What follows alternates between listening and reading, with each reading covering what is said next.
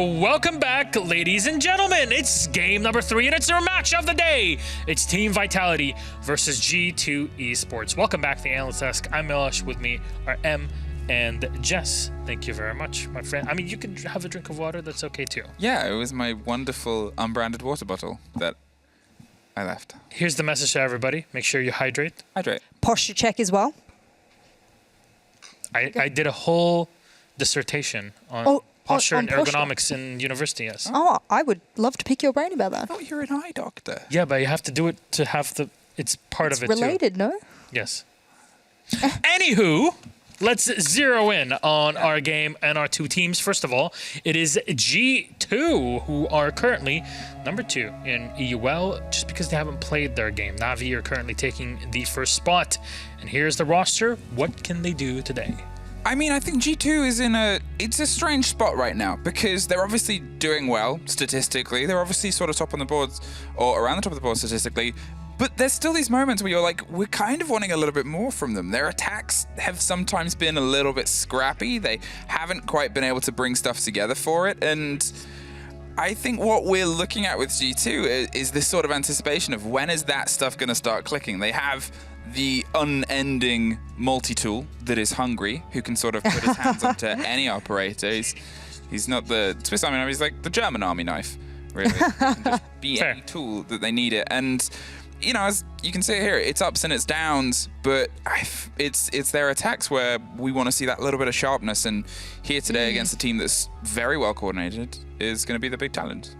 Well, their opponents will be a team that I shield relentlessly coming into stage 2, and then I got a little quiet. And unlike Des, I don't like to give up my fan base, you know, being there strong for the team. So I'm not going to give up on them just yet, because the moment they got in the building of their boot camp, everything changed for them, and it was a damn good showing last Playday. If you missed out on it, please go back and watch it. It was excellent. And of course, if you're a Vitality fan, a 7-1 thrashing of a pretty damn good team, that is a good showing. I'm happy to see them performing now.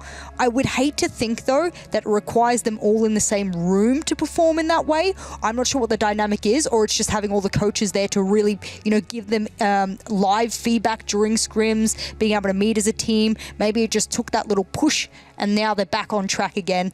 Not sure what the dynamic might be in the online sphere getting back home. I would hate for it to drop again. So we'll see. They're still in the boot camp, so things could look really good, even though I may not have predicted them today. I mean, we know it ourselves. Working together in the same spot definitely makes us much more, you know, ready for the show. So maybe it has the same effect on Vitality. Who knows? How about then we go through our head-to-head? I am very curious then what we'll end up playing on later today. P4 and Virtue are up, so ladies, please go ahead. I think with this sort of comparison, what you're looking at is two players that have sort of been big driving forces on their day. They're obviously monumental fraggers. They are big on their sort of opening. Their KPR ratio is fantastic. P4 is sort of really high on the board. I think he's 3rd or 4th rated at the start of this Playday overall. What we have seen, though, and over the past few Playdays, is P4's last day was his best day. It was a 2.03 rating, 14-4 with this sort of clutch potential. Virtue's been getting sort of better and better. His first 3 Playdays, meh, and he sort of accepted that. And then since the game versus Secret, BDS, and then Unnights against the French teams, he's been playing his best, obviously, and Secret. They're not really French, but the 2 French teams they've played. And, you know, it's sort of seeing if it's like more of an upward trajectory or the up-down nature of P4, who's been sort of battling it out consistently. All right. Which map will we see P4 perform on today? That is our question. Show me the money. It is Chalet out of all maps. Baby. Vitality banning Villa to give a Chalet, and they're start off on attack as G2 will be on defense. Jess, I see you hyped up. Go ahead. I am hyped up because it just casts my mind back to the OT game during 6 Invitational that G2 had on this exact map. And it was a banger, at least for me, especially going into the OT domain. And they haven't played it ever since. I mean, okay, they played at GSA, but they don't play GSA seriously. If you watch the maps, it is not being played with full strategic potential in any way, shape, or form. And then you look at the other side of the coin, speaking about regional leagues, the last time that Vitality went on this map was in their regional league on the French league. They went up against Helios, and they 7-2'd them. That's a good showing, but I'm not going to put stock on it. Yep. Go to the one before that, stage 1 against Kavana, 7-2. So this is all we've got. We've either got 6 invitational results or stage 1 results. Now it's time to get the new Chalet results happening. Technically, Vitality are unbeaten on Chalet. Oh, there you go. Technically. And for G2, it's not quite unbeaten. So they've got to be the ones that try and break the mantle here. And unfortunately for them, it's probably going to be down to their attacks, which, as I said at the start, that's where we need to see that fine-tuning. Honestly, I'm curious how EU will do on Chalet, a map that's been picked up by North America and LATAM much more than it has been here in Europe. So, yeah, it is time to experiment some more with our match of the day. It's G2 versus Vitality. And if Vitality win this, they can actually start contending the top 4 in a serious manner. A lot of pressure on them, and they're in boot camp here in Paris. How will G2 fare against them? Jess, thanks so very much. Let's toss it then to our casters. It is Des and Ace. Enjoy. Thank you very much, Milos. Chalet, a map that we absolutely love getting to cast and, of course, to watch as well. A map that is still very fresh here in Europe, as they said over on the desk. It's been played around the world a little bit more, but G2, we have some memories of them playing this from SIACE and, of course, more recently a little bit in EUL. Keen to see how it breaks down here, what the developments have been, and whether or not, of course, Vitality can put on a show, because I know you're a Vitality believer today, my friend. I am. I've gone for Vitality in the predictions. I said Vitality at the beginning of the stage. They've had a bit of a wobble, but they are back. That's the story that I'm peddling, at least. Vitality coming out huge against Na'Vi last week. That boot camp working wonders. And I think G2, after a bit of a tough game against Knights, are going to have a struggle here today. They're going to have to play at their very best if they want to compete with Vitality on Chalet.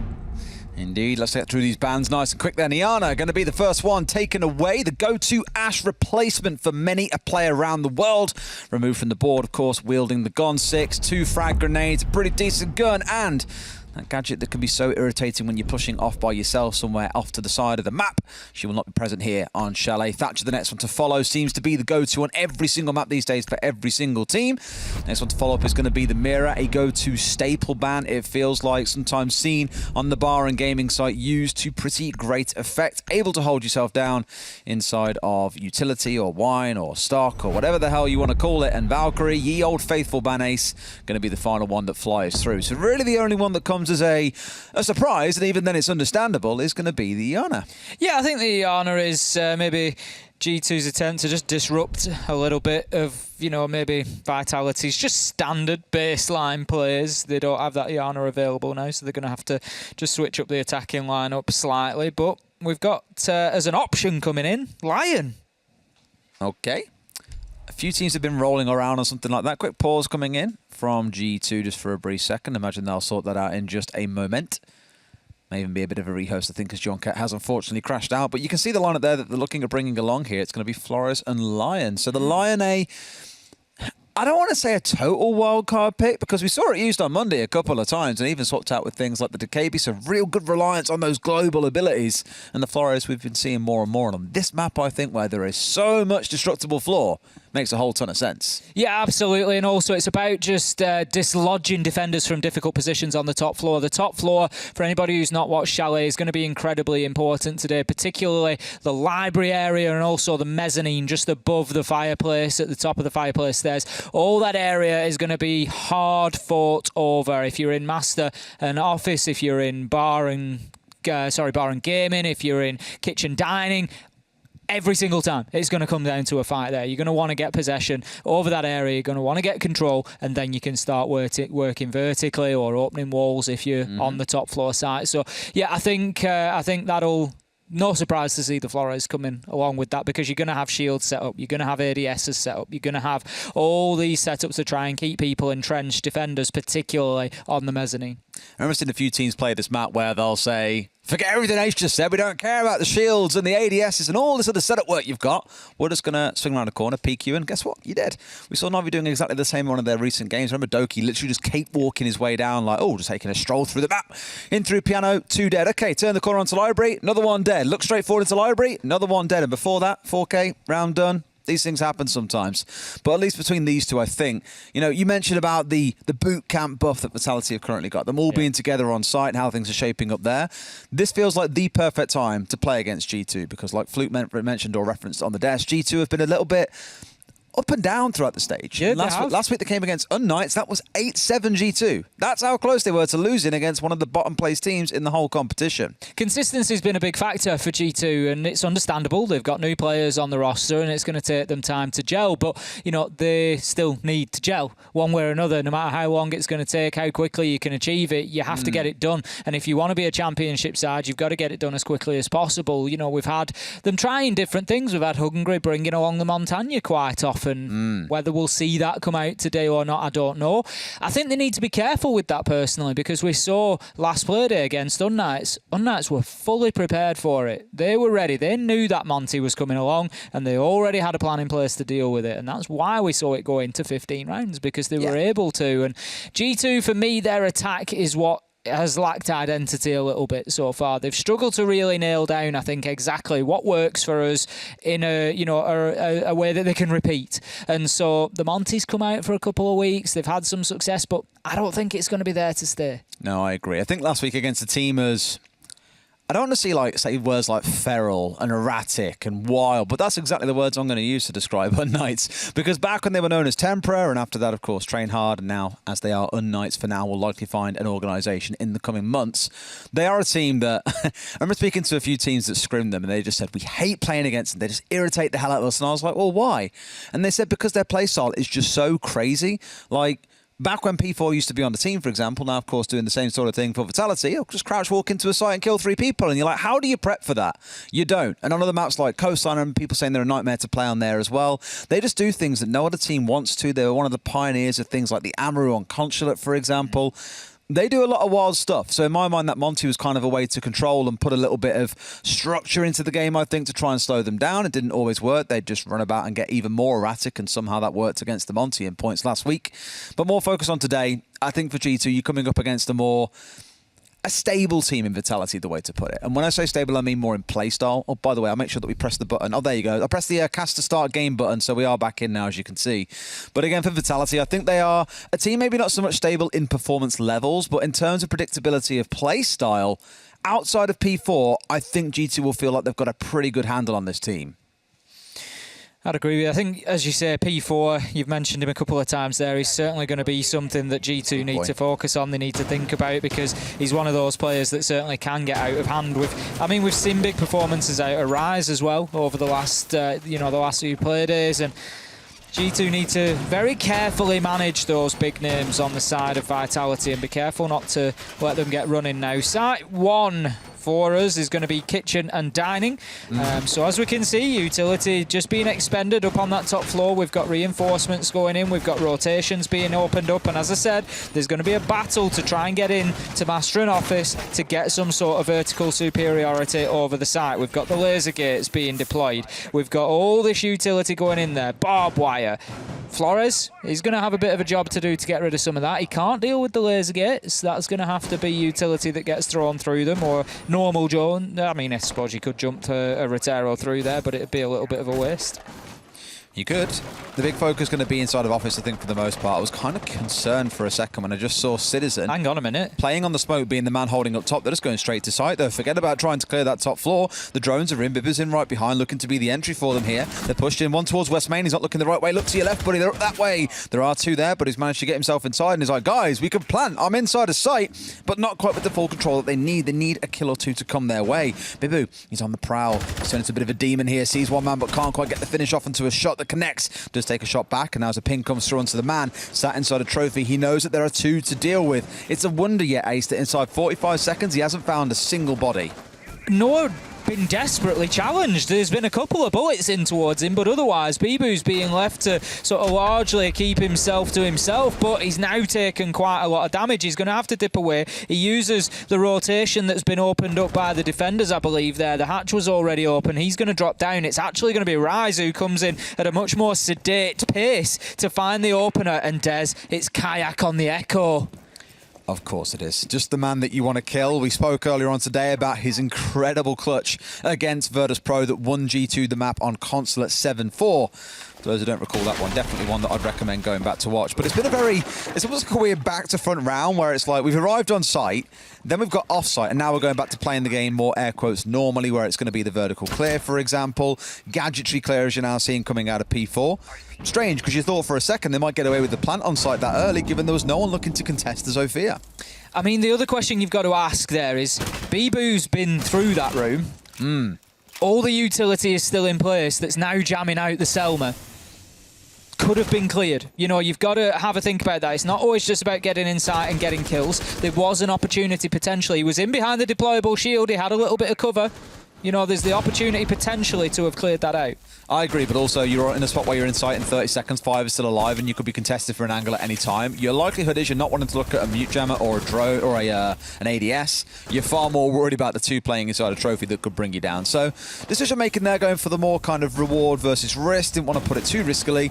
Cactus finding the second, and it's on to Citizen. The smoke going out here. The two operators you sorely need alive in the dying seconds. The ones that have started out. The dying on the side of G2. P4 finding the third in the round, and so far G2 unable to find a response. I love that from P4. Just knew exactly where that man was. Just waited for him to peek up, and that was it. Down he went. Virtue manages to find the kill onto Bibu, who's been low health since the beginning of the round. Finally finished off, but Rise, he gets in there, one for himself. Shinka with the trade onto Virtue to close out the round, and that's going to be Vitality 1-0. And I tell you what, Des, they looked, for my money, like they had the absolute run of G2 in that round. They didn't look pressured for the longest time. Like, they literally walked into sight for 30 seconds and then said, nah, there's nothing going on, I'm out of here. Where's the party guys? Have turned up and no one's around. Yeah, I agree. It was, I think, really good of them to have the live drone at the feet to go pushing him in that one as well. I kind of wish they'd really big balls to it and gone all the way for a plant behind him as well. Once he's in there holding the angles, you got smokes you can play behind. Just try and stick a plant and try something a little bit chaotic.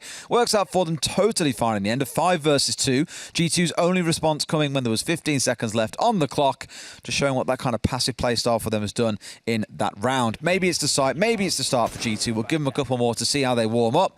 Let's see how they fare up in the most common site it feels like on this map at the moment. It's going to be Master and Office. Mute Jammer's getting deployed. That will try to keep that wall up, closed for the time being at least. There's likely to be a little bit of a focus on Vitality getting that one open. As I say, they'll want to get control over mezzanine and push in and try to get hold of that area and then look to open that balcony wall. But, I mean, you've also got the Solarium-sided push as well. There is the option there, maybe push in through Trophy, get a man on rappel on Solarium windows and just apply some pressure from that north side as well.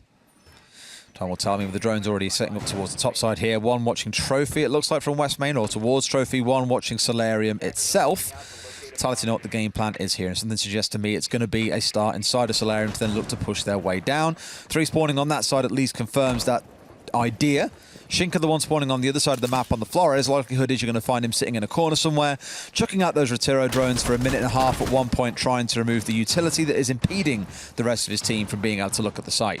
Cactus with a few stray bullets in through the barricade. You never know what you're going to catch on the other side of there. Sometimes it is worth just chucking a few bullets in and seeing where you go. Now Hungry just shooting himself out a little peephole in the wall there to try and keep himself in check with that trophy window, so there's no free entries. Of course, the single bullet holes don't work anymore. That's worth reminding for everybody. You might think, why has he not just put one in there and keep it small? They don't work. You can't see through them anymore. You have to get to the point of it being similar to a punch hole. Look when you get to that kind of point where you get about 2:10 on the clock and everyone kind of freezes and goes, right, drone time. Back on the drones, information collection. Get yourself into key positions where you're not going to find yourself getting into an early gunfight, but enough that you can start collecting information. Shinka is again the man that I'm watching in this round just to see where it is that he gets to. You're all right, 2 or 3 of them playing around on drones right now, just to make sure this mid-round, or at least the setup now they're inside the building safely, is not going to find them getting caught on the flank by anyone. You can see all the G2 outlines on your screen as well. All the orange as it floods in front of Bibu's line of view lets him know that pretty much everyone is playing on site here, and it's very much a turtle setup coming out of the side of G2, giving some lean, of course, to Hungry on the pulse. You could hear the point there where Bibu managed to find that mute jammer up above him. The Selma device automatically activating once it was cleared out. Cactus just going to hold an angle on towards the office door there. There is a couple of players for G2 still downstairs that Vitality have to be aware of, one of which is Hungry on the pulse. He's got the heartbeat scanner in hand and could be pivotal in trying to deny a plant going down here if he is is allowed to remain underneath, which for the time being at least he is. Although it looks like a challenge is possibly going to come in from Bibu. P4 meanwhile finds a kill onto Kayak. First death again. Jonker, he manages to get the trade, and that is a great move for G2 there to level things up at 4 versus 4. The plant spot is open to the attackers now, but there is more work that they need to do before they can contemplate going in and putting that diffuser down. I'm nervous that they're still not dealing with Hungry yet.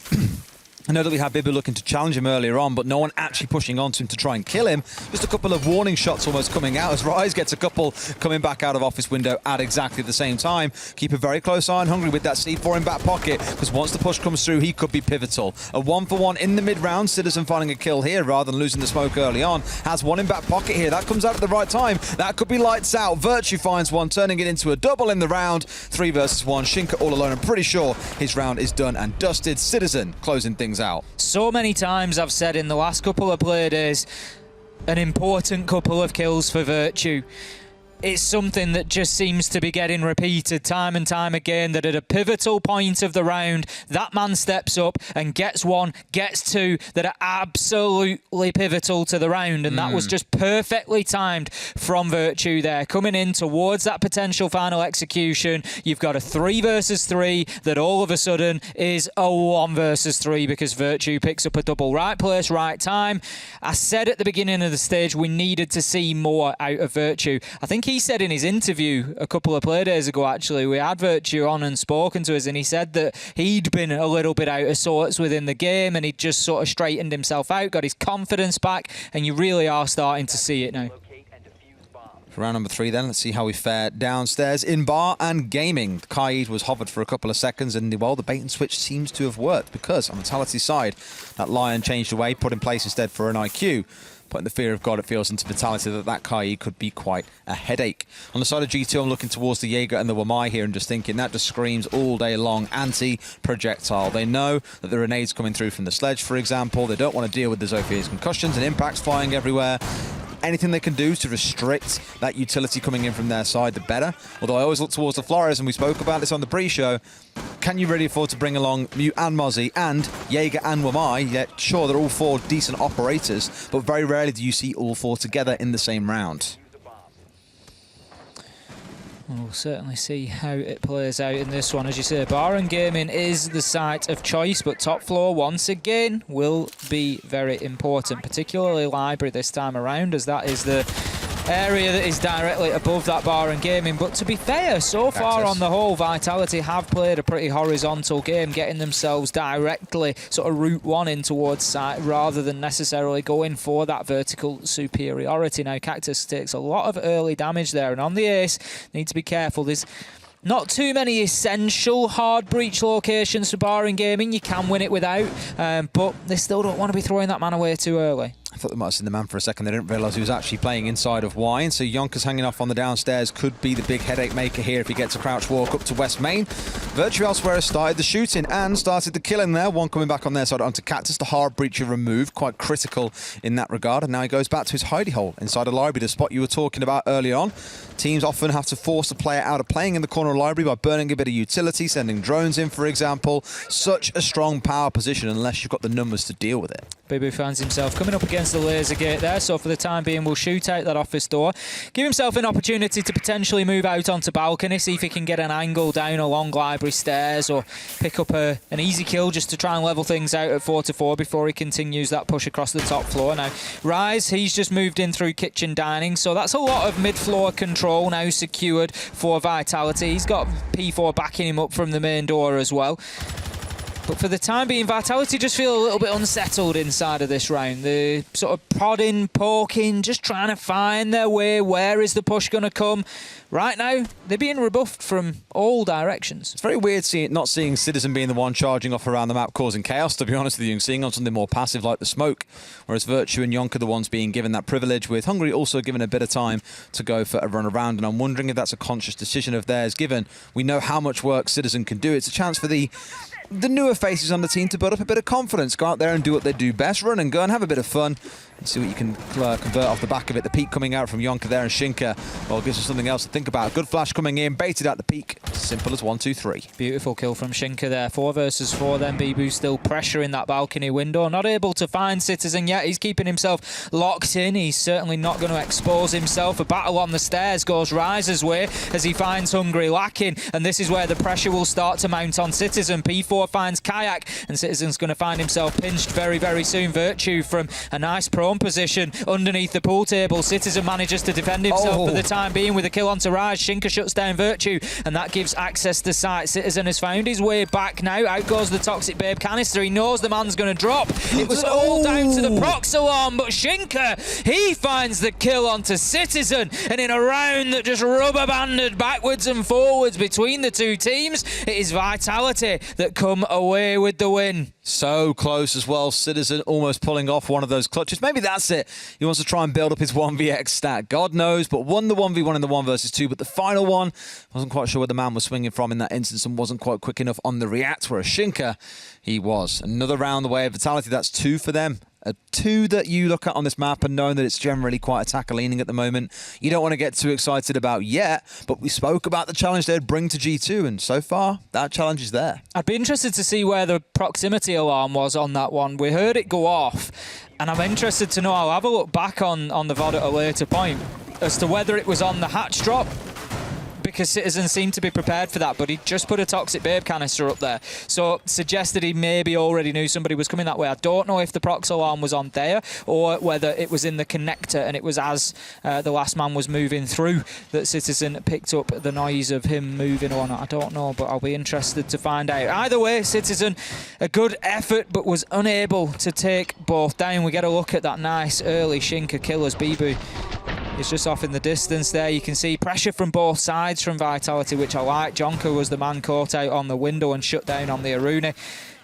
It was just, there wasn't many safe places for G2 in that round. There weren't a ton, no. I mean, you saw that kind of opening kill coming out of Shinka that then transpired into him winning that 1v1 in the late round. I always speak about it, but it's those small things in the early round, a 1v1 that felt meaningless at the time, that snowballs into a 2 versus 1 in the dying moments that ultimately secures them the round. Let's see how round number 4 plays out, though, whether or not G2 can bring it back up to 2 apiece, or if Vitality can pull way ahead and get themselves up to 3-1 in the first 4 rounds. Will be an excellent start for them. I'm always quite keen as well to see, I know I keep on touching on it as well, but Citizen on this smoke, where his impact comes in the later round, because he normally is the player that's out in the map roaming, making things happen. Here he's playing that much more passive defensive role. Jonker's going to head down. Is he going to go all the way to the basement? Not quite just yet. He's just going to perch himself on the library stairs for now. He's got a little bit of company with him in the shape of Virtue, and Vitality, as they have done previously, really. This is the role that we saw Cactus playing out last time, was just keeping those external angles for the time being, just trying to catch out those defenders as they move around now.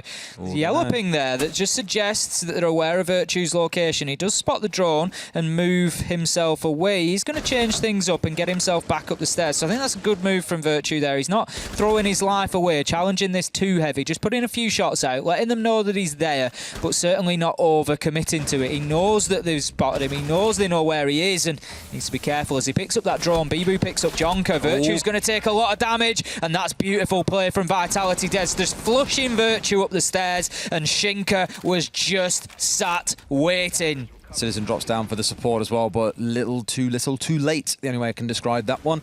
2 men down early on. Yes, it's not yours, supportive players. Don't forget earlier on that it was Citizen and Kayak who died as the first 2 in the round, whereas here at least it is those out on the roam. It's still not ideal, but it's better than what we had before. Let's see how things shape up, though, with the 60 seconds to play in a 5 versus 3 for Vitality. You've got to be feeling confident about a round win, Ace. You certainly do at this point. They are looking good for it. Not just a round win, Des, but they're looking very confident on Chalet. G2 really backs to the wall already inside the first 4 rounds. They're having themselves picked apart, particularly out on the roam. Vitality surrounding them very well. There always seems that was a perfect example. Shinka inside dining, waiting for Virtue to be flushed out of basement. They always have the angles covered. They're always waiting, but talking of waiting, Citizen, he's waiting on this balcony window here. He knows that he's being pushed by a Zafir as the stun canister goes off. He's going to get the kill all day long, nice and easy. Citizen, he gets himself a second. Shinka finds one onto Hungry, and still Vitality at a net advantage. But it is certainly game on for G2 in round 4. Yeah, there's 15 seconds to go as well. Citizen's got to go massive here alongside Kayak, who's holding himself in a key spot. Triple kill for Citizen as he picks up P4. There's Kayak. The boys are stepping in with the SAS operators. Only one stands. It's Shinka. Can they pull off a miraculous turnaround in the round? Absolutely they can. A 3K for Citizen, 2 for Kayak, and they keep Vitality at bay. How did G2 win that round? That has to be the question on the lips of Vitality fans right now. And all this does for me, Des, is just drill more excitement into me. 4 rounds, 2-all. We are no closer to knowing who is likely to win this one than we were at the beginning. And this is exactly the sort of battle that we wanted between these two behemoths in the EUL. It is all to play for yet. Vitality are on the verge of making a last-ditch gasping effort for that major spot. They need to keep winning Playday after Playday. And right now, G2 are standing stalwart in their way. And I love to see it. We always love a good, not so much underdog run, but we love the unexpected, and someone pulling off a miraculous sprint from lower down the table to snatch away a top 4 spot is one of those storylines that we live for. Really keen to see what happens as we start rolling into Playdays 8 and 9. One of those coming on Monday, the other the Monday after. So still 2 more to go after today to determine who those 4 teams are that will be going through to the Mexico Major. Let's see how round number 5 plays out, though. That Kaid stepping in for Hungary here.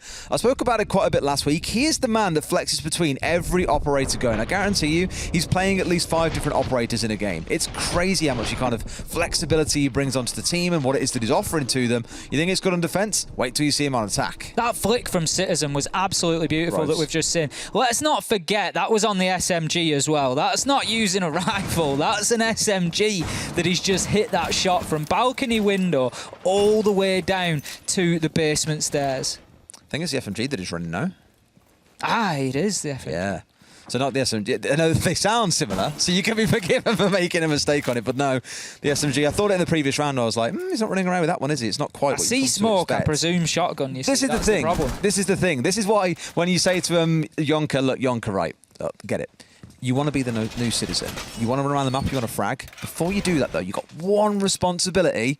Do all my rotates for me. And that's it then. The Citizen's off around the map. This is why you keep seeing him off running around the map, like holding up against doorways and doing all kinds of mad stuff. He doesn't care. He don't really want to be playing on site at the very start of a round. And speaking of that, it's the same story again for Virtue. The basement dweller is what I'm going to start calling him at this point, because every single round we have seen him downstairs in Snowmobile, inside of Wine, just waiting for his time to strike. Too late to catch the first detonation of the Selma there, but because of the time of the charges in between, the Electrical will pick up the second one, so it's not a clean run through just yet for Vitality. Shinka does run Hungry through with a few bullets, though, as he finds the headshot onto the man. 5 versus 4, and Hungry having a bit of a struggle so far today, Des. Firmly secured his seat on the struggle bus. 0 and 4 so far. Could do with getting himself into the game a little bit more now. In goes that Rotero drone. It's going to clear out a deployable shield that was on top of the piano, and we've seen how impactful those deployables can be in the previous game on Villa, where it really did help the defence of Aviator and Games. We'll see how Virtue manages to survive without it. Once again, he's taking that opportunity to get prone. Last time it was the billiards table, this time it's the piano. Always boils down to small things. I was really curious about the stats of the FMG, actually, because I realised I didn't know much about it. 34 damage per shot, 800 rounds per minute. Not exactly a slow gun. It is a little bit of a bite to it with 31 rounds in the mag. So, hey, I guess the Citizen, when all he wants is to be able to snap onto heads and just go nuts, then great gun for him to try and do so. Ironically, Caster cursing him as he dies at the moment that I start talking about him. They've got them time to push through now, this main hallway. One runs in without a single drone on there. A second kill, Virtue going nuclear, but can't find the third. Kayak does give him a bit of an assist with the C4 coming out onto Shinka. We're down to a 2 versus 2 now. Cactus making this plan happen. He's sticking it, and here comes Kayak on the rotate, returning from his victorious C4, whilst his comrades have fell on the site itself. Yonka and Kayak now got to do everything to bring down 2 and stage a retake. Unfortunately for G2, they just lost control of site there amongst all those kills from Virtue, and it's just left them short-handed as Cactus gets the final 2 after putting the diffuser down. Great round for the ace there as he manages, not the ace, he was playing the operator ace. I know he only got 4 kills, but a great round nonetheless for Cactus as he closes that one out for Vitality, and it's yet another close round with Virtue almost having one of those tide-turning moments. Imagine if it just really gone nuclear there and turned it into a third on the office, swung back round and caught the next guy pushing through library. Would have been the round ender, hands down. But these rounds are so back and forth and, clutch potential, dare I talk about it here. That was a 4K from Cactus. The prior round was that incredible turnaround coming out from Citizen and Kayak, of course, contributing along the way. Round number 3 was Shinka's 1 versus 1 against Citizen. And then even back in round number 1, it was a very overwhelming dominance coming out from Vitality in a 5 versus 2 before G2 even got any kind of response back. So the rounds have been very back and forth. It's hard to see which way each one is going to go. It's going to take the second half to really get a feel for this, but at least for now, Vitality at 3-2 on their attacking half. Final defense coming in for G2. It's going to be in Kitchen. We saw this back in round number 1. Vitality, if you remember, Bibu able to just stroll his way into site. They didn't manage to find a kill, but Vitality certainly had complete control of the map from minute 1, effectively, as they were able to push and pull G2 all around the map that time. So G2 need to play this one more on their own terms this time. They can't allow Vitality to just walk in and take control over large swathes of the map like that. I can't imagine they'll give them the absolute freedom like that this time round, but time will tell. The IQ on side for P4 once again.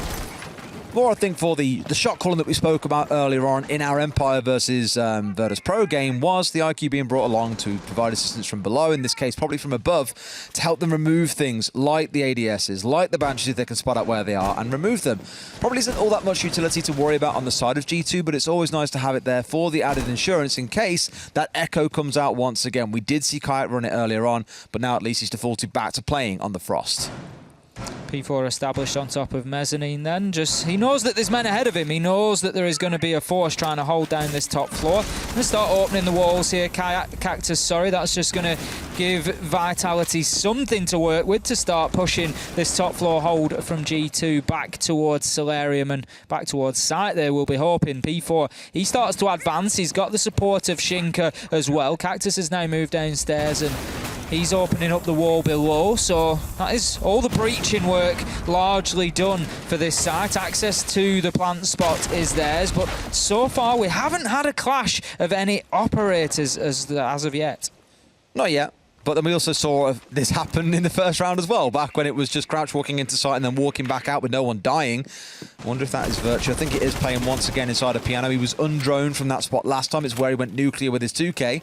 So this time around, at least, they've put a drone in there. They know that he's here. But look at the backup that he's got. He's got a whole party going on there. Frostmat on the window, the laser gate, the shield, the ADS.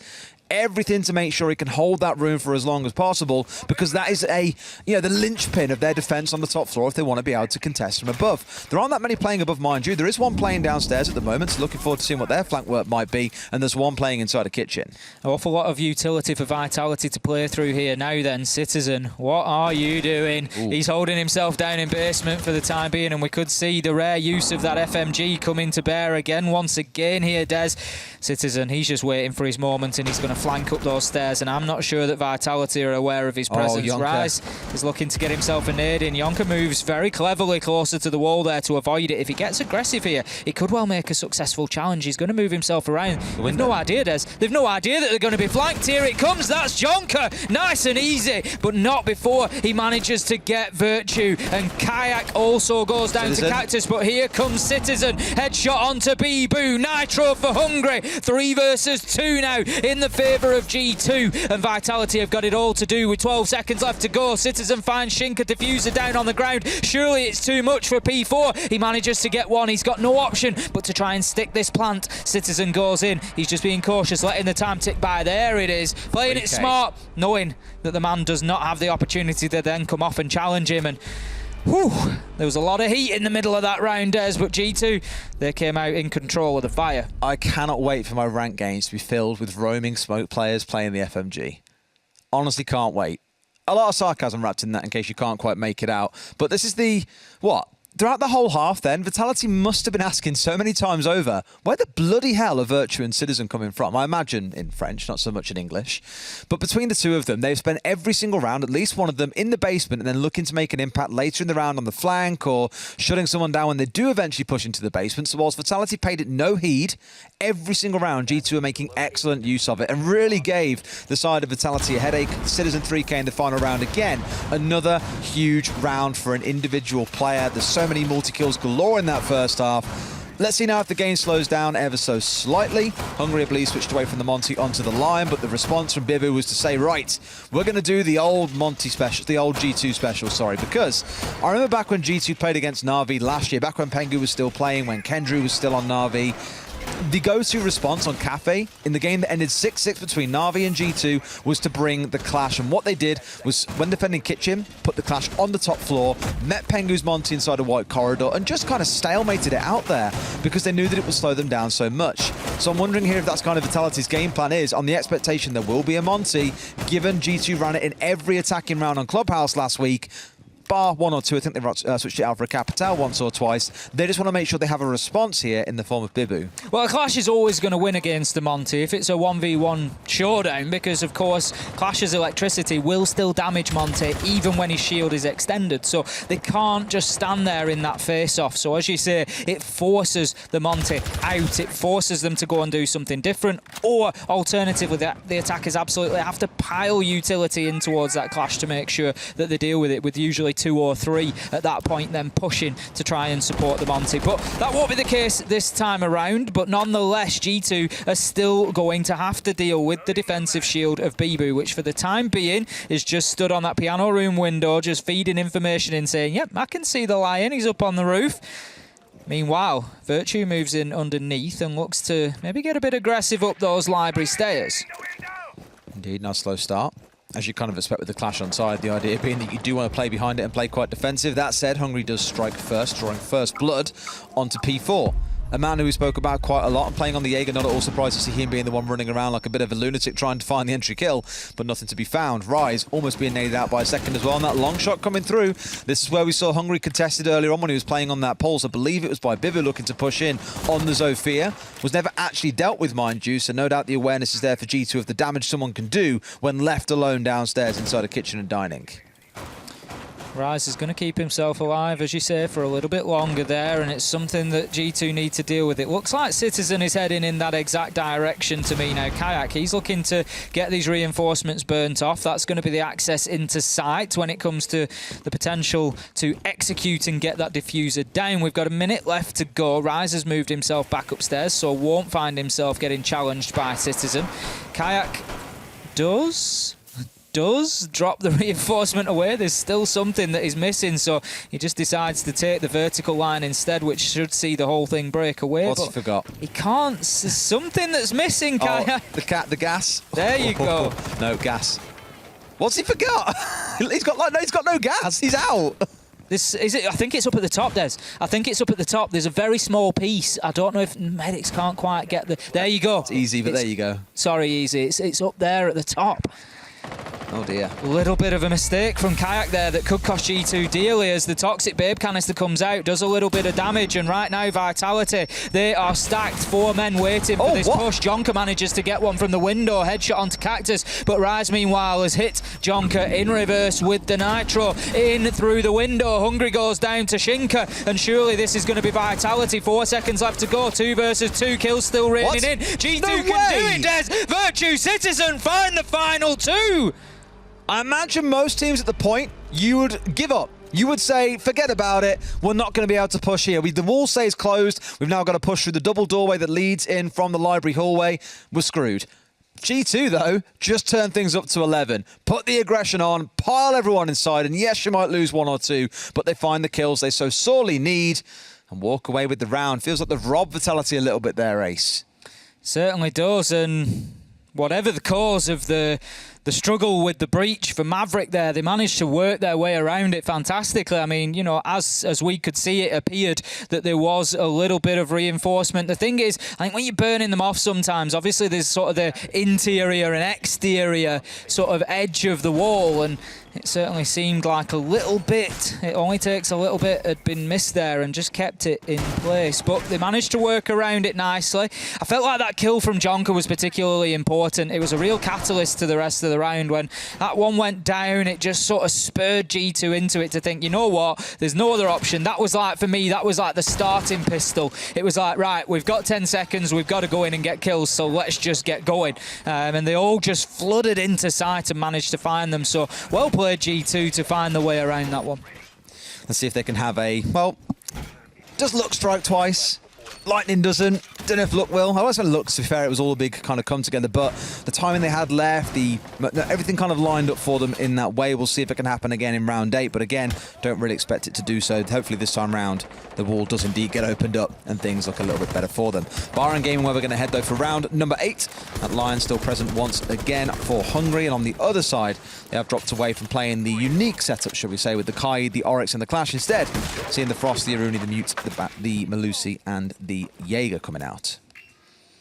Back into the drawn-in phase, as we often see around the 30-second to a minute mark. Citizen just checking out that the way is clear before he's going to hop his way in through that single window on the Zephyr. He's just marking out some utility. The fact that there is a laser gate up there now, then I don't think he's spotted out P4 Des, and if he pushes forward to get himself in here, if no other drones have picked out the man on mezzanine, Citizen's going to bite the dust extremely quicker. Here he comes. This is going to be a freebie for P4. He needs to make his peak, but I think Citizen might be aware.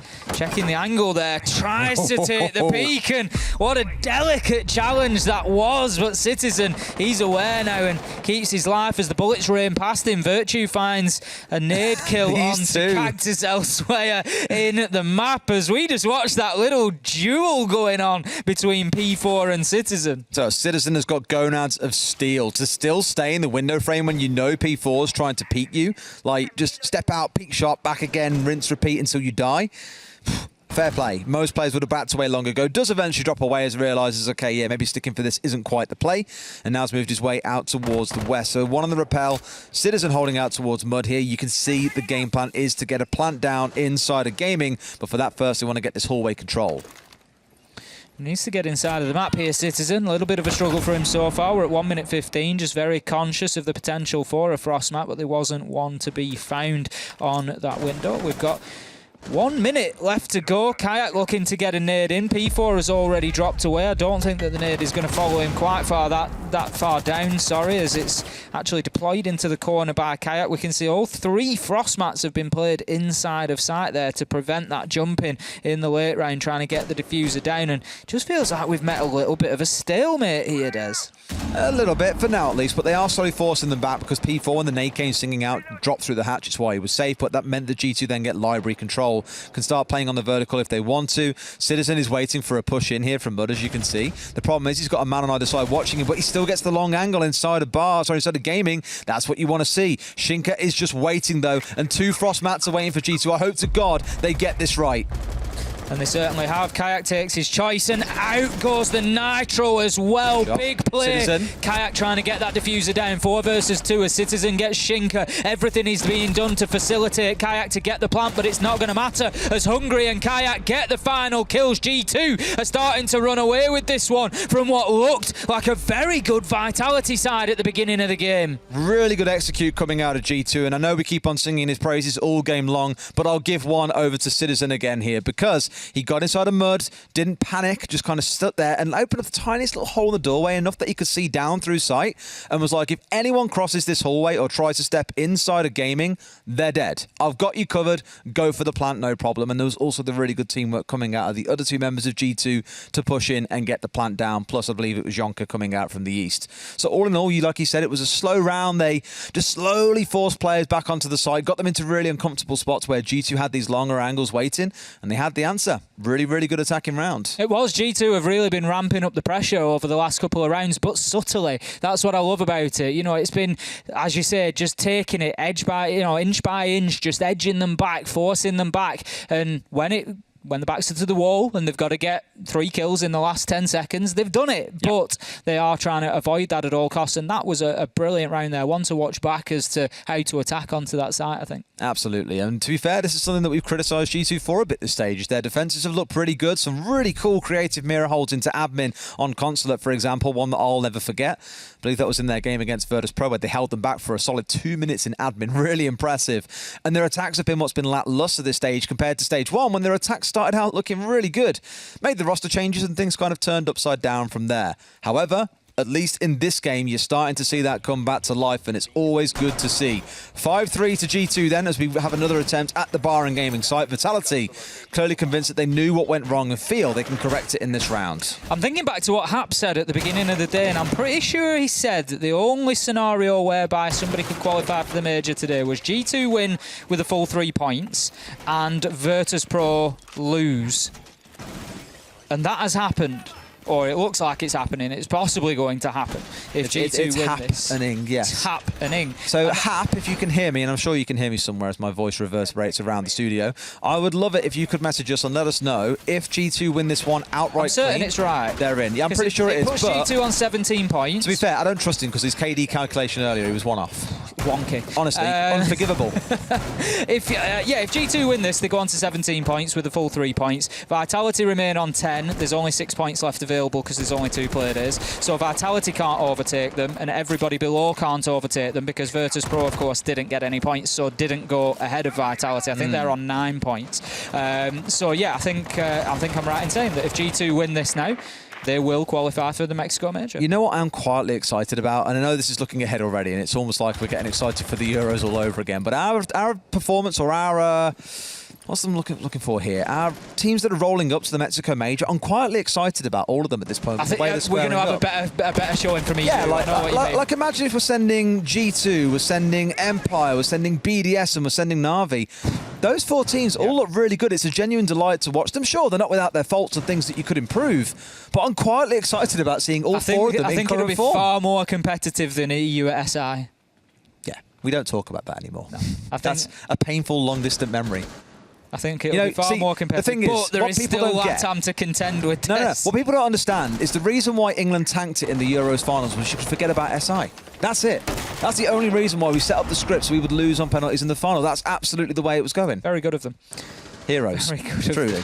Right then, let's see how this goes on round number 9 then, and how it plays out. We'll see if G2 can put together another masterclass of an attack, or if Vitality can find a bit of a snapback, because in the previous round they were slowly forced back by G2. Grenades forcing members to drop through hatches to get everyone back on site, herded them up like sheep, and then we'll put them all to the slaughter. That's the kind of thing you want to see. A C4 coming out of the library window connects onto Kayak. Diffuser is down.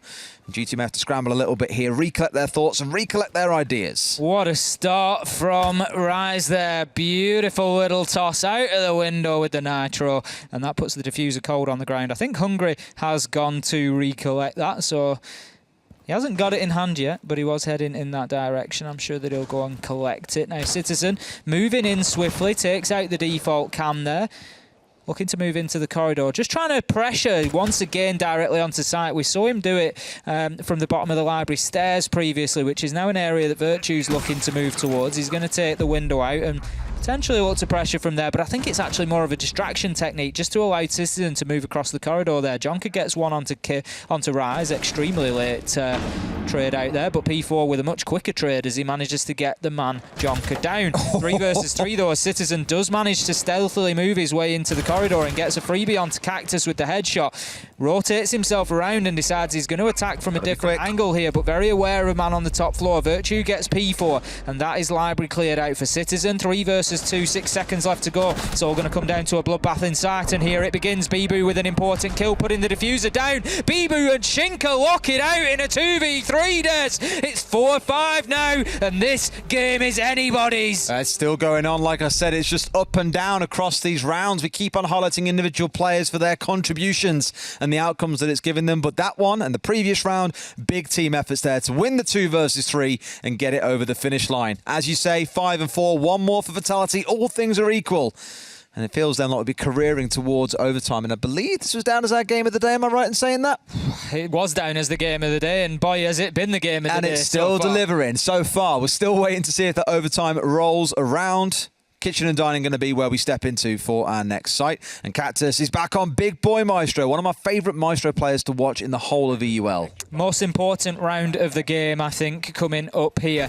G2 have the opportunity to get themselves onto match point. Vitality have the opportunity to level things up and potentially then gain that momentum that might just push them ahead. That last round for them was their first win in 4 rounds, Des. It was a great way for Vitality to put the brakes on, especially in a 2v3. G2 would have felt for all their money, all their worth, that they would have been able to get that one over the line, but Bibu, Shinka locked it down. They were having none of it. Bibu particularly winning a difficult gunfight to keep them alive. Now then, we're going to be going to kitchen and dining this time around, so expect to see top floor pressure from G2 once again. We've got P4. P2. It was bound to happen. We've got P4. Just when P4's feeling like half the man he normally is. Yeah, P2, why not? Well done. We've got P4 on the Mozzie, getting himself mobile around the map. And that's something G2 are going to have to take some care of. We've already seen him trying to pressure those entry points against Citizen, and on the Mozzie, that's something he could potentially do very well. I told you Virtue was a basement dweller. Already getting himself inside a snowmobile I was going to for a second, just making sure there's no one lurking down there. Goes, that's my basement. No one else is allowed to be holding down there, at least for now. And clearly quite happy in the mindset of no one is down there, so haven't got to worry about it, at least for now. You've got Shinka being the one who's lurking around upstairs, roughly above the site.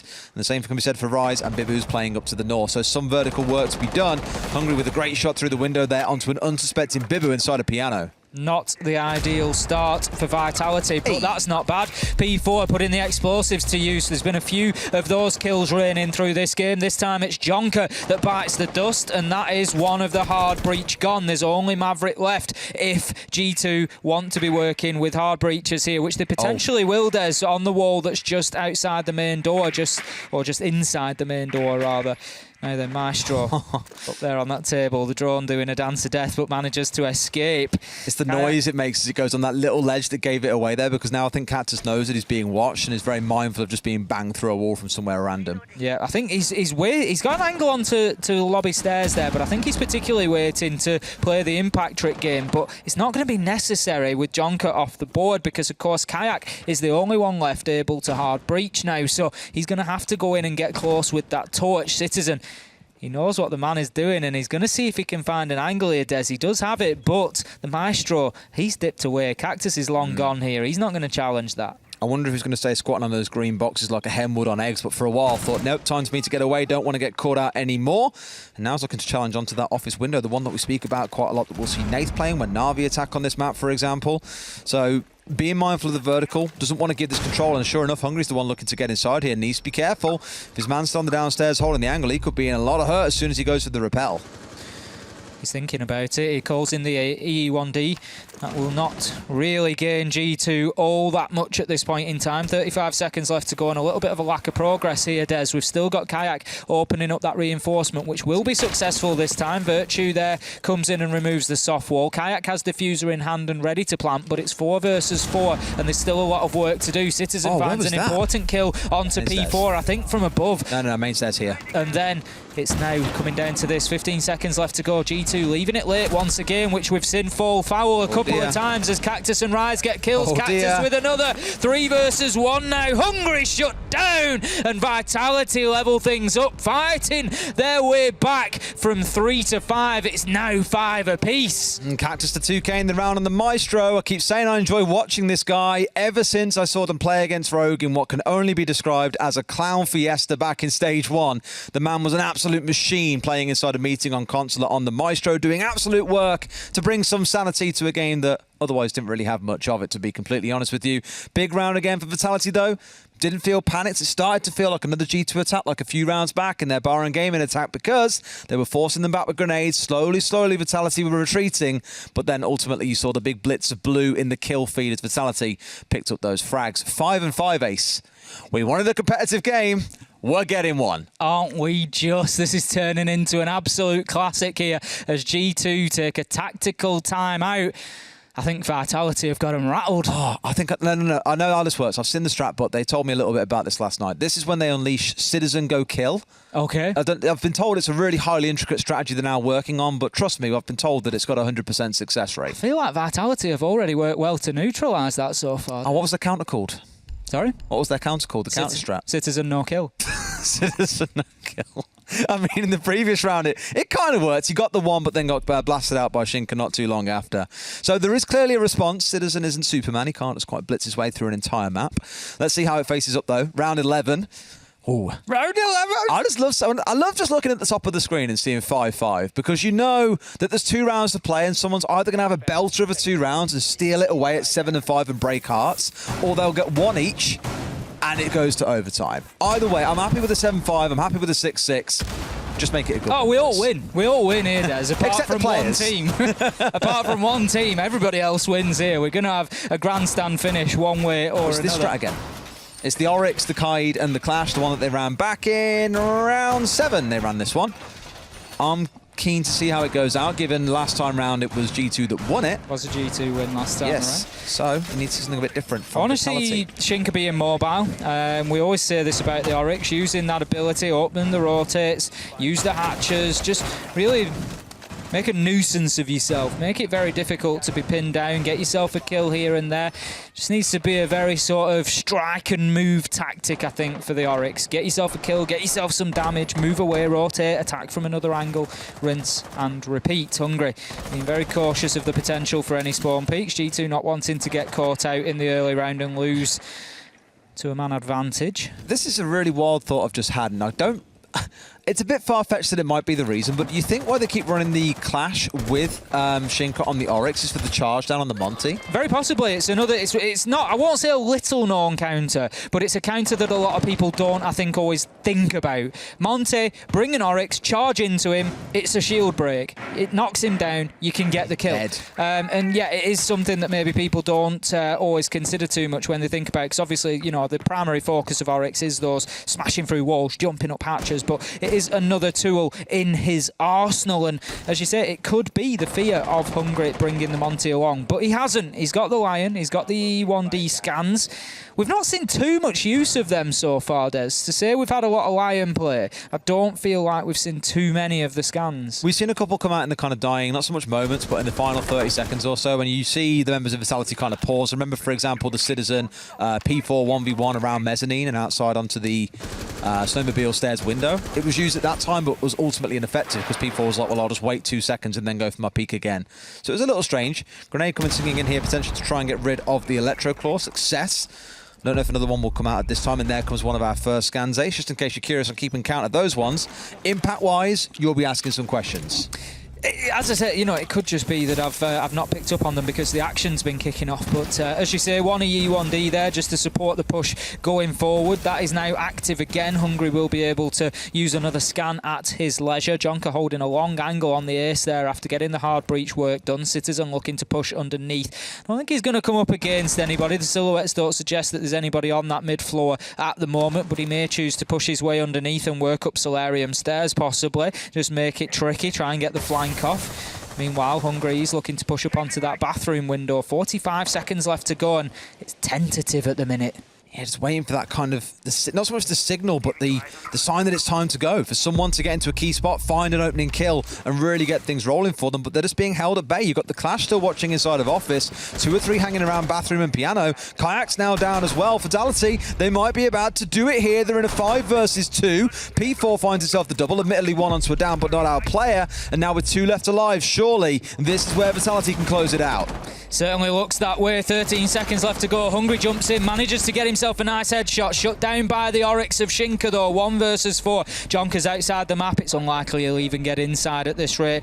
Time ticks away. He's not going to risk it. There's absolutely no point. Nothing he could do there. Take the extra few seconds for G2.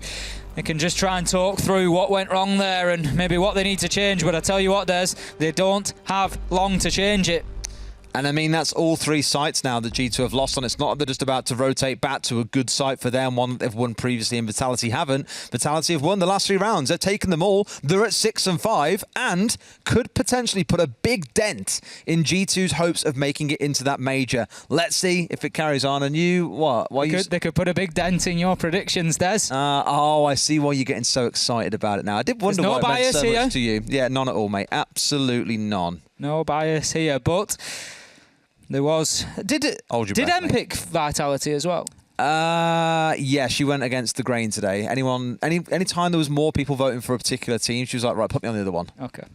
So Me and M could be very successful on the back of this on today's predictions, but that is not the important matter here. The important matter here is Vitality versus G2. Vitality 1 round away from taking. The thing is, Des, we've got to focus on the importance of this as well. G2, as we've said, with a win here, that they can't do anymore, by the way. I will just clarify that as well. With a 3-point win here, could have qualified automatically for the Mexico Major. That would have secured them a top 4 spot. No longer possible. The best they can do is get themselves into overtime and get a 2-point win, which I'm not going to go into whether that would guarantee them or not, because it would come down to all sorts of head-to-heads and other things, because teams could level them on 16 points if they were to fail to secure any more points. G2 still looking pretty good overall for the Major, but Vitality on 10 points really need this win if they want to keep chasing down one of those spots in Mexico, because this would put them, if they get this round and win in regulation, it puts them onto 13 points, and that is massive. It drags them right into the race, Des. I really want to talk about the site we're on as well. Bar and Gaming, 1 win apiece so far for either side in the second half of the map. The first one was that excellently orchestrated attack coming out of G2. It slowly forced Vitality back. They had the cross angle. Citizen inside of mud, getting the 2K when it came round to the execute, shooting a C4 out the air. Beautiful out of G2. The next time around we play it, the exact round after, that's when we saw Vitality getting up against things like Library Stairs window and C4 in Kayak. That just disrupted the whole flow of the round for G2. So for Vitality, what I really want to see is them doing that again. Get up in G2's face, make them sweat, bring down someone early on, but it's P4 who dies to start things out. This should have been the other way around. That's a brilliant start for G2. Big loss for Vitality there, as one of the top fraggers in P4 gets taken off the board. Hungry, he manages to find Rise, and just like round 11, went straight towards Vitality. This one is pinging all the way back and heading for G2 right now. 5 versus 3, and there is going to be a long time and a lot of pressure for Vitality to hold on here. Bibu nearly loses his boots there from the rooftop. Walking away with his feet, he's out, and a nade comes singing back. G2 have just bullied Vitality in this round, despite the positivity of the C4 coming out of that window prior to kill Kayak. This time round, G2 have doubled down, stuck 2 players on the window, and so far have secured 2 kills from that position, and that was off the back of Citizen finding one earlier on too. Really good start for G2 here. They've got about 70 seconds to play within a 5 versus 2. Surely, Ace, they can't give this one away. Surely not, Des. Surely not. We've got Hungry on the Library Stairs there, looking to push down with support. Cactus is watching this hatch, ready for any drop. It looks like Citizen might give it a whirl. He's going to open up some angles, knowing that there's likely one in connector. E1D scan comes in, perfectly timed as Hungry gets the kill onto Shinka. No! Cactus, he looks away at the wrong moment as Citizen able to use that reverse angle and get the final kill on a flawless round for G2. Can you do that ending again with the whole no Cactus, but do Cactus no, so we get a second one for the season? Cactus no! Thank you very much. We've had Bibu no, and now we've got Cactus. I want to keep building them up. It's almost like playing bingo towards the end of the season. Every member of Vitality needs you to have said that by the end of it. You've got 2 games to go, I don't think Vitality will want that, because it usually comes before them losing a round, unfortunately for them. Well, I'm sure they'd be much happier with me shouting some other names. Well, you've jinxed them enough here as well. You were getting so happy about your prediction as well before that round, and then you cursed it. Long way to go yet. There's a long way to go. All right. Okay, fine. A long way to go, to be precise, is potentially 2 or 3 rounds. Our team can take 2 rounds here and win it out entirely, or we could see it balance out and have 1 apiece, and then the round 15 will be the one where it comes down to it. G2 were in a 15-round game on Monday against Unknights. They have played a lot of Siege so far this week, and it's definitely not going to slow down now. I was going to say, it doesn't really matter what side we step onto, either whether Vitality are attack or defense. It has been 3-3 in both halves. You cannot separate these 2 teams. They are so closely aligned to one another in terms of what they're delivering in this game. And who knows, maybe Citizen breaks that 20-kill barrier as well, given how he's been playing. I'm sure expecting it. Very, very possible. Now, interestingly here, Des, we can't even offer any sort of insight as to whether there's an attacker, a defender. There's no advantage to be found here. First half, 3-3. Second half, 3-3. Nobody has had any better performance on attack or defence. Vitality are taking us to kitchen and dining. It's as site that we only saw them defend once. It was back in round 10, and they were the winners. They were the winners, even though Hungary got the opener onto Bibu, so they managed to win it from a man disadvantaged position as well. So Vitality, no doubt feeling very confident on this site, but this round is super important. You feel like whoever lands the first jab here could be the one to line up the haymaker to close out the game. That's the thing that worries me a bit is, we've seen a few rounds where G2 have found the opening kill, and this site was the prime example. It kind of presses on, G2 keep on forcing Vitality back, like, yeah, we're slowly getting it, and then suddenly, bam, Vitality come out of nowhere with 3 kills and shut the round down from seemingly nowhere. So keep a close eye on it. It's never over until all 5 members are dead, it feels, with these two teams, because the turnarounds we've seen in a couple of them, the multi-kills in the first half especially, were really impactful in how a round turned out. At least here, 60 seconds in, it's again about that time where we start seeing players getting back on drones and collecting information. Just Kayak at this point, along with Virtue, helping to get the rest of the players in, I think, here as well. We spoke about the supports being the ones who at the start of the round will drone the rest of the team in. They then get towards the building, then the supports start moving forwards, and your entries, if no one else is there to kill, are the ones who then get the drone work on the go. Oh, I feel like you can even feel the tension in the movement of the players, Des. We saw P4 on the Mozzie just dashing around, sprinting, checking left, right, pre-fire in the door. We've got Hungry on the rooftop taking his shots in through the barricades. It just feels like everybody's on edge here. Everybody is tense and ready to fight because they know that they're going to have to. 1 minute 30 left to go. We've not lost a man yet, so both teams being careful to keep that man count up, but given any opportunity, they're going to be snapping straight onto those shots. Kajak's been sat on this drone for the longest time, bless him, here, really playing in the supportive role for the team. Yonka the one doing a lot of the moving because they want to get control of the top floor here. They've got the wall opened up. They know there's a laser gate on the doorway coming in from the balcony, but then it's about making something happen. Cactus on that Maestro, spoke about him a lot already. Opening kill onto Yonka is going to slow G2's efforts down. Everyone's now pushed up towards Solarium, and for G2 the question is, do you want to chase them, pursue them up there, or start thinking about the site? There is only 50 seconds to play, so whatever it is, it's got to be fast. They're going to make a decision and they're going to need to make a move. That much is true. Citizen looking to get angles through into sight. He's got Kayak with him. Big kill from Cactus on the Elder. Headshot onto Citizen. 5 versus 3 Vitality with a great advantage now here in the first overtime round. Virtue low health pushing alongside Hungry, going down the Solarium stairs. Virtue manages to see a man through the vertical angle, can't make it pay. Kayak does find Cactus. His work is done for the round, but he also, Virtue finding Shinka. 3 versus 2. Rise gets involved. 3 versus 1 with a second from Rise. It's big, but is it big enough? 10 seconds left to go. It's all on Virtue. I've said how he's had these pivotal moments. He finds shots onto P4, but he can't put the man down. He's running out of time, Des. 0 seconds, and Vitality take the first overtime round. One more round, Vitality, and this one is yours. Oh, I mean, it's getting close. That was another repeat of what we'd seen on that side prior as well for G2, where, again, starts out well. You start forcing the members of Vitality back slowly, but 2 big kills in the early round coming out of Cactus. I will not shut up about this guy's Maestro play. From when I first saw him playing it, last year at this point, it feels like, even back into CL, absolutely phenomenal. Let's keep on seeing more of that from them and hopefully close this out here 8-6, or G2 could potentially, in the same week, have nicked 2 points from round 15, where it felt like potentially everything could have gone against them and the other team could have walked away the winner. They need 2 rounds on the bounce, bar and gaming going to be where they set themselves up. It's been a while since we've seen Citizen back on that smoke, or at least back into the first half of the map. That FMG, I imagine, will start reigning supreme once again.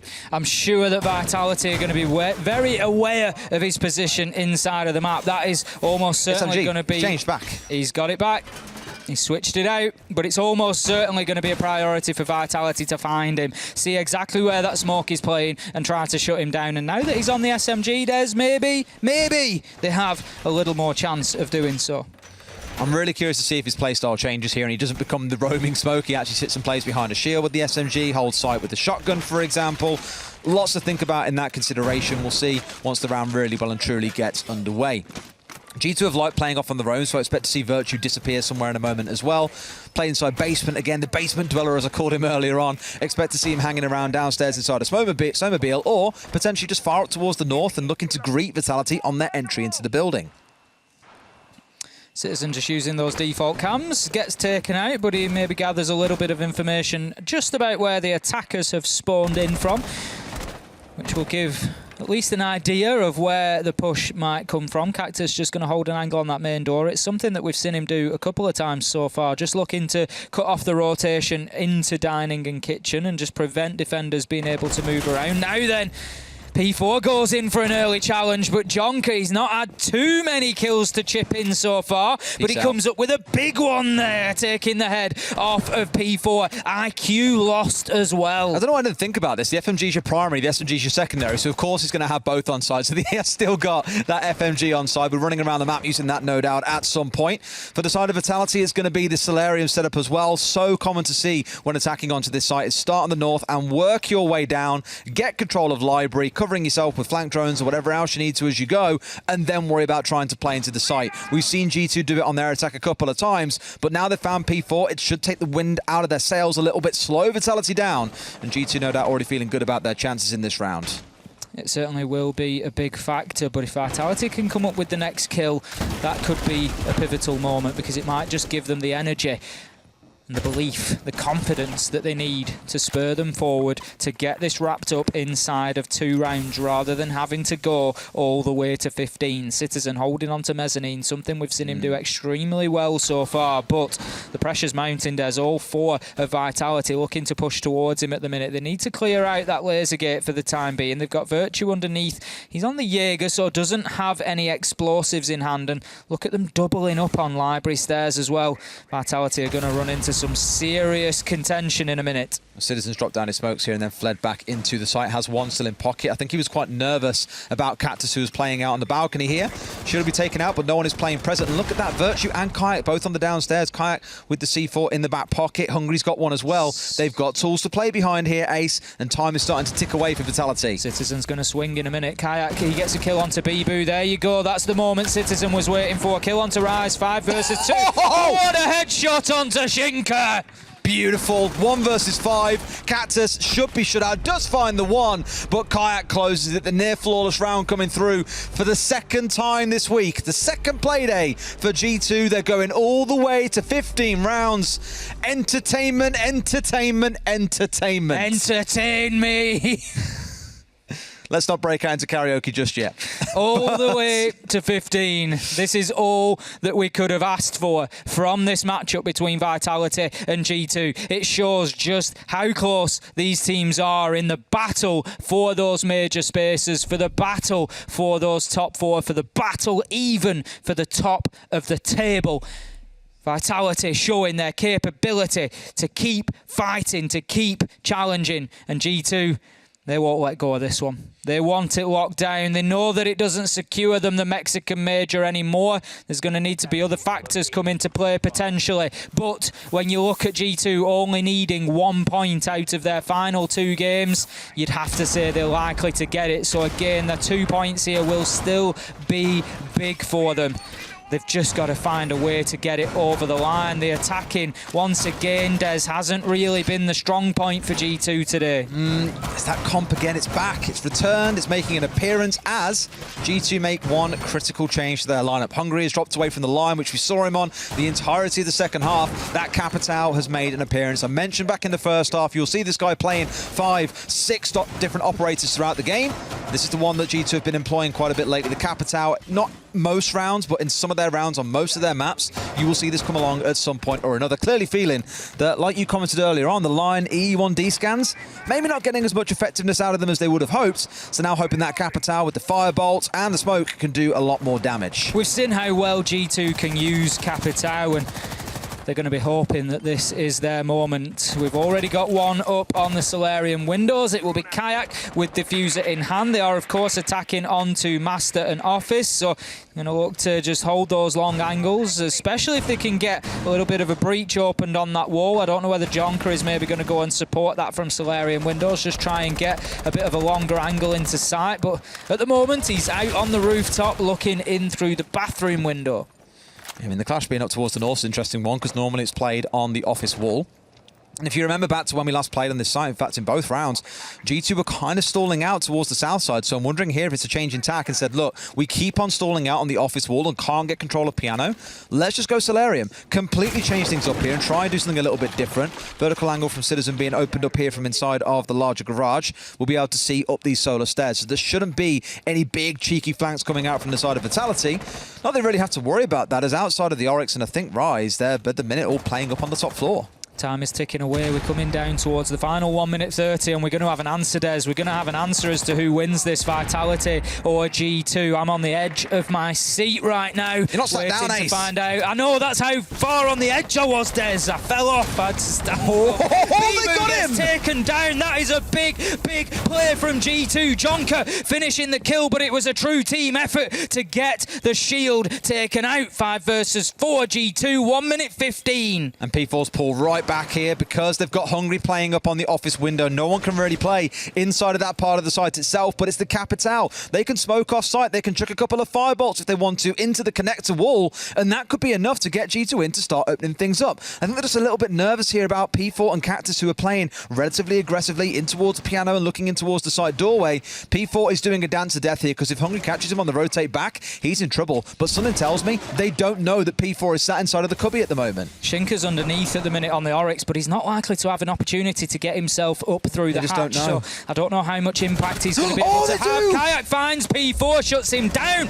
can start putting that diffuser down on the ground. Shinka's got to make a move, but surely it's going to be too late. Des Virtue Citizen get the final kills. The diffuser was going down. It's all G2, and they are looking good for that Mexican major position.